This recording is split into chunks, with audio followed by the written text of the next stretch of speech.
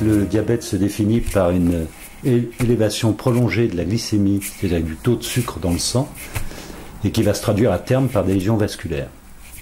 Schématiquement, on définit le diabète de type 1, qui touche une population jeune, généralement de moins de 20 ans,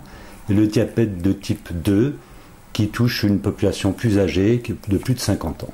Le diabète de type 1 se traduit par une destruction des cellules pancréatiques qui conduit à un déficit de la sécrétion d'insuline.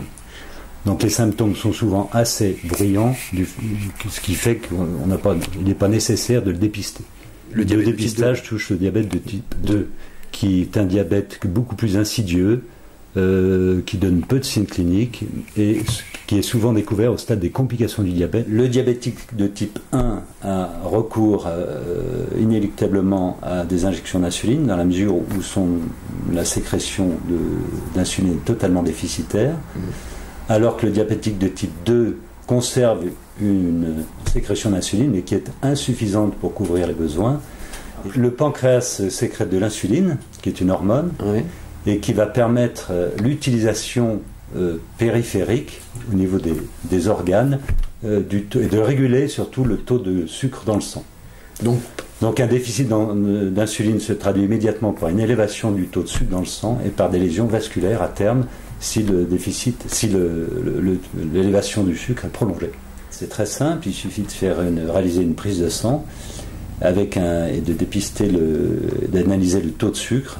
avec un seuil qui est actuellement recommandé de 1,26 g par litre, soit 7 minimum. Alors, la base du traitement du diabète, c'est d'abord les règles hygiéno-diététiques. On rappelle que le diabétique de type 1 est totalement carencé en insuline, donc il a recours à l'insulinothérapie, aux injections d'insuline, tandis que le diabétique de type 2 a dans un premier temps recours aux antidiabétiques oraux, et puis dans un deuxième temps seulement, il a recours à l'insuline après l'épuisement de son pancréas.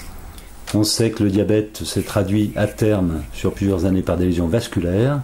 avec pour organe cible la rétinopathie diabétique qui conduit à la cécité,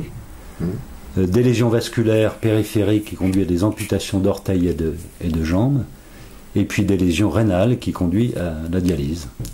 On considère qu'actuellement que 40% des nouveaux dialysés le sont du fait du diabète, que 50% des malades atteints de cécité le sont du fait du diabète, et que 5 à 10% des diabétiques seront amputés un jour ou l'autre d'un orteil ou d'une jambe.